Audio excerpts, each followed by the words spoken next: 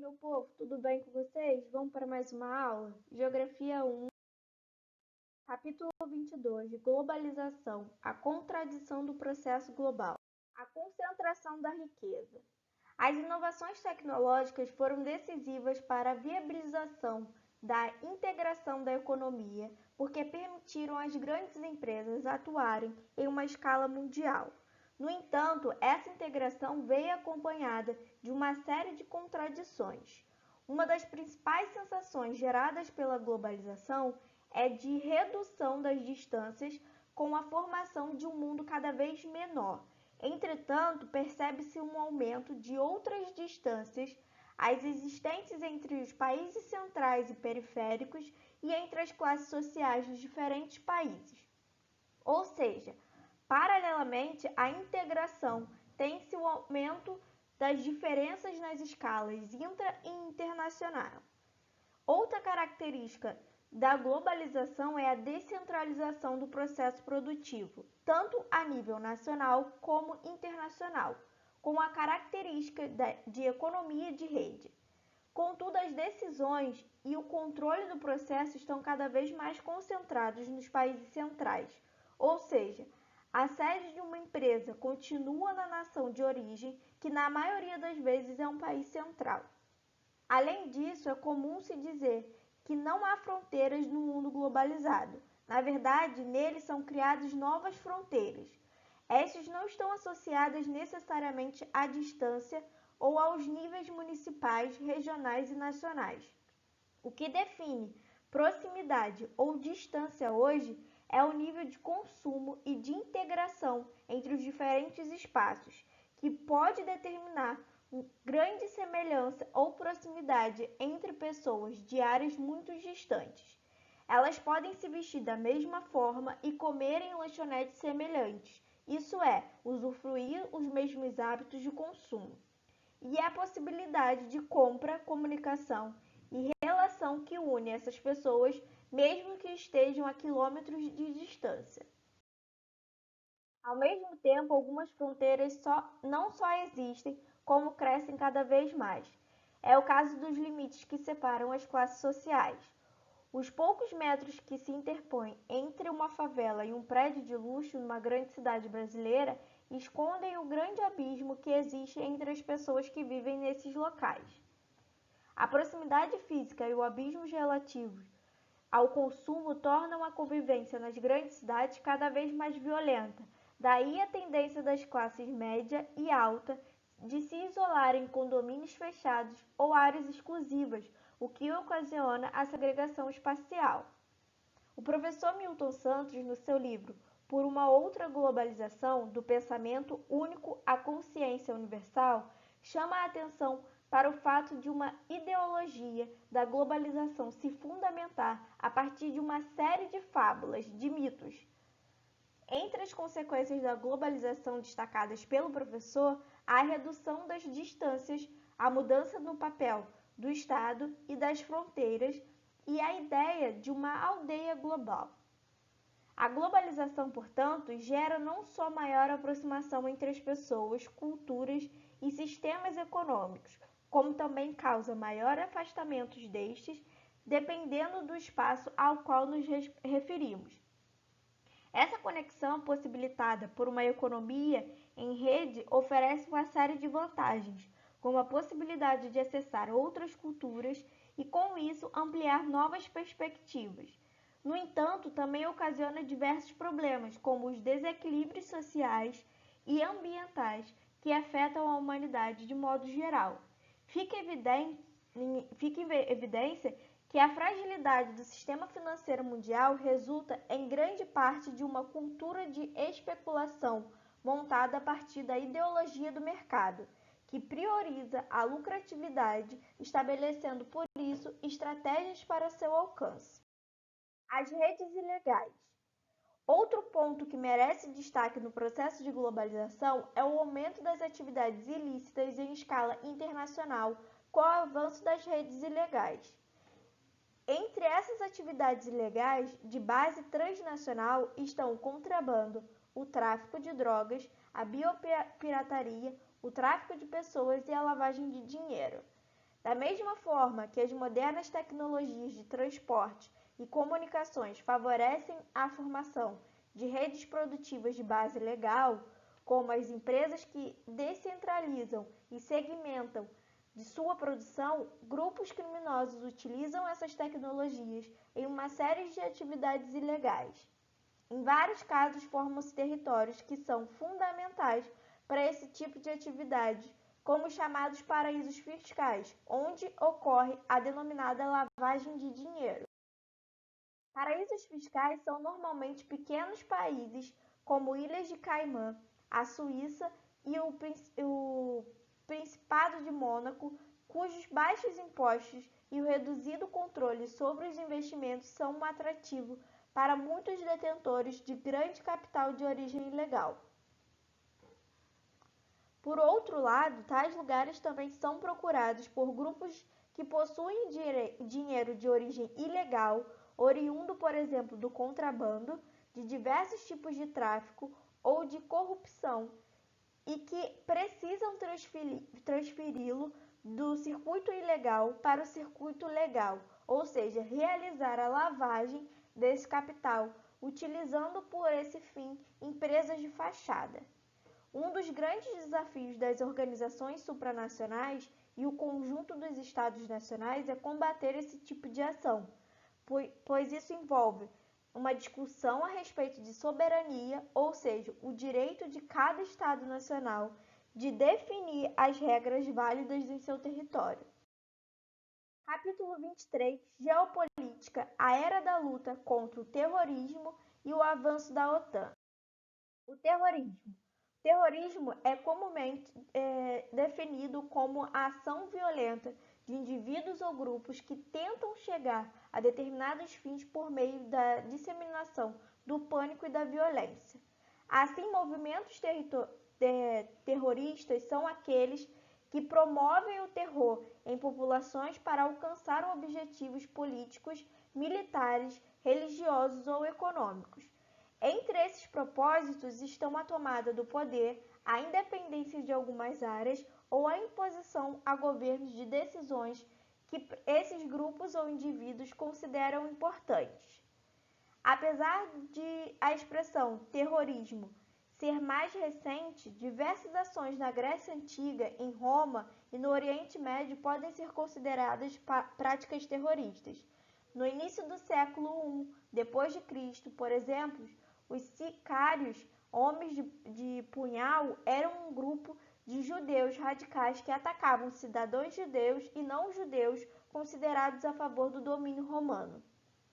Os assassinatos sistemáticos em terras inimigas, assim como a exagerada violência dos exércitos invasores, também podem ser considerados terrorismos, mas normalmente esse termo não é utilizado para definir ações de quem detém o poder formal, constituindo o que se poderia denominar como terrorismo de Estado.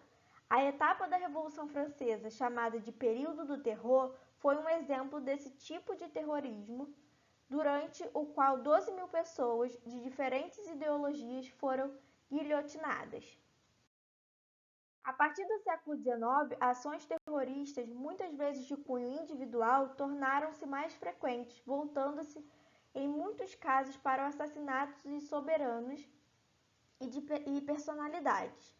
Um desses atos desencadeou na Primeira Guerra Mundial, o assassinato do arquiduque Francisco Ferdinando, herdeiro do Império Austro-Húngaro, pelo estudante sérvio Bojo, de 19 anos, em Sarajevo. Esse ato, muito conhecido, é interessante para uma reflexão sobre a percepção do que é terrorismo e quem o considera como tal.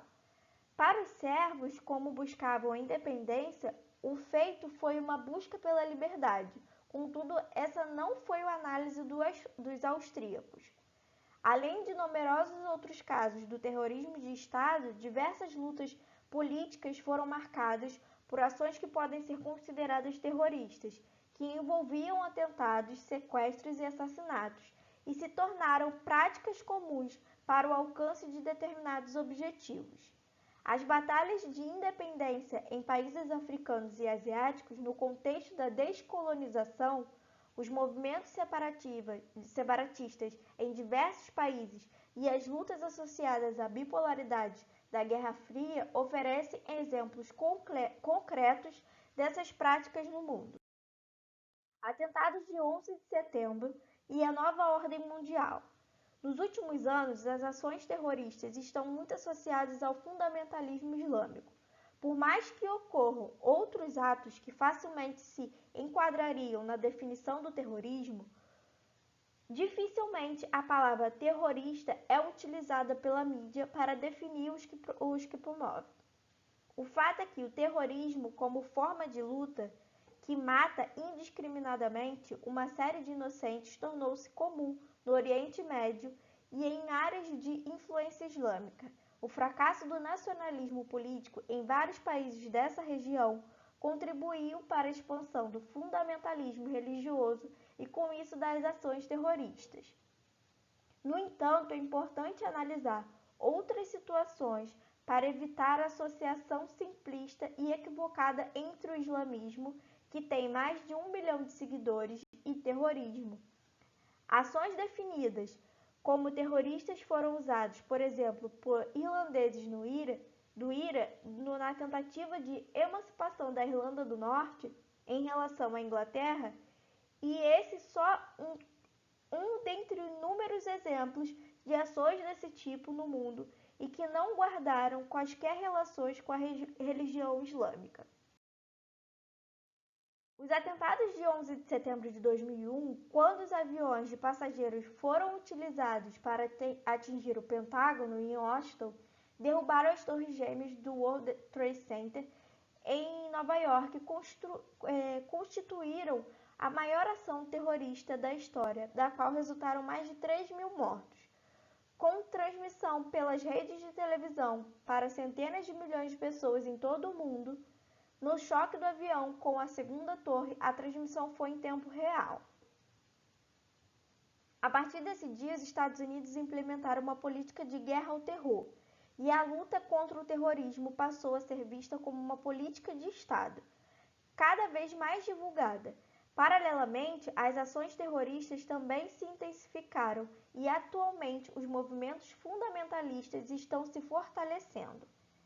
Os atentados foram assumidos pela Al-Qaeda, movimento fundamentalista islâmico transnacional, liderado na época pelo saudita Osama Bin Laden, que utilizava o território do Afeganistão como base principal. Nesse sentido, a primeira intervenção militar estadunidense pós-atentados foi nesse país com a derrubada do governo Talibã. Entre os inúmeros exemplos de ações e movimentos fundamentalistas ativos no mundo atual estão Hamas, principal na faixa de Gaza, Hezbollah no Líbano, Talibã no Afeganistão e no Paquistão o autodenominado Estado Islâmico no Iraque e na Síria o Boko Haram, na Nigéria o Al-Shabaab e na Somália. Em países classificados como ocidentais, as ações terroristas também se acumulam, como explosões no sistema ferroviário de Madrid em 2004, no metrô de Londres em 2005, em uma cafeteria em Sydney em 2014 e no jornal em Paris em 2015. Algumas dessas ações foram assumidas por grupos como a Al-Qaeda, enquanto em outras promovidas por um ou mais indivíduos não foram possíveis precisar a ligação com células e movimentos terroristas. A OTAN e seu papel na nova ordem mundial. A Organização do Tratado do Atlântico Norte foi criada no contexto da Guerra Fria, com o objetivo de proteger os países capitalistas de um possível ataque socialista. A organização incluía inicialmente os Estados Unidos, o Canadá e os países da Europa Ocidental, e a sua função era de defesa. O final da Guerra Fria determinou duas nítidas modificações na OTAN. A organização se expandiu para o leste, com a adesão de países que haviam sido socialistas e membros do extinto Pacto de Varsóvia, como a Polônia, a Hungria e a República Tcheca, situação inimaginável enquanto havia a União Soviética. A OTAN passou a atuar fora do território dos países membros, deixando de ser uma organização exclusivamente de proteção. Essas novas funções da OTAN vieram ao encontro do aumento do poder dos Estados Unidos na nova ordem mundial e ficaram nítidas ainda na década de 1990, quando ocorreram os bombardeios na Sérvia. Durante os conflitos associados à dissolução da Iugoslávia, como na Guerra de Kosovo. Os Estados Unidos e aliados ocidentais utilizam a OTAN para intervenções quando é impossível fazê-lo no âmbito da Organização das Nações Unidas. Vale lembrar que a Rússia e a China são membros permanentes do Conselho de Segurança da ONU e muitas vezes dificultam as ações ocidentais em outros países. Após o 11 de setembro, a OTAN passou a ser cada vez mais atuante e suas operações ocorreram na Líbia, no Iraque e no Afeganistão. Para exemplificar como é confuso esse momento da nova ordem mundial, devemos lembrar que os Estados Unidos tentam usar a OTAN para bombardear os grupos Estado Islâmico e vêm sendo impedidos devido à oposição da China e da Rússia. Por outro lado, o Iraque, onde o Estado Islâmico se fortalece, sofreu intervenção estadunidense nos últimos 10 anos, ou seja, a intervenção ocidental foi sucedida por um quadro de instabilidade ainda maior e com um movimento mais radical que incluía, inclusive, a filmagem de decapitações entre as suas práticas violentas. E é isso, povo. Dúvidas, escrevam nos comentários e até o próximo vídeo.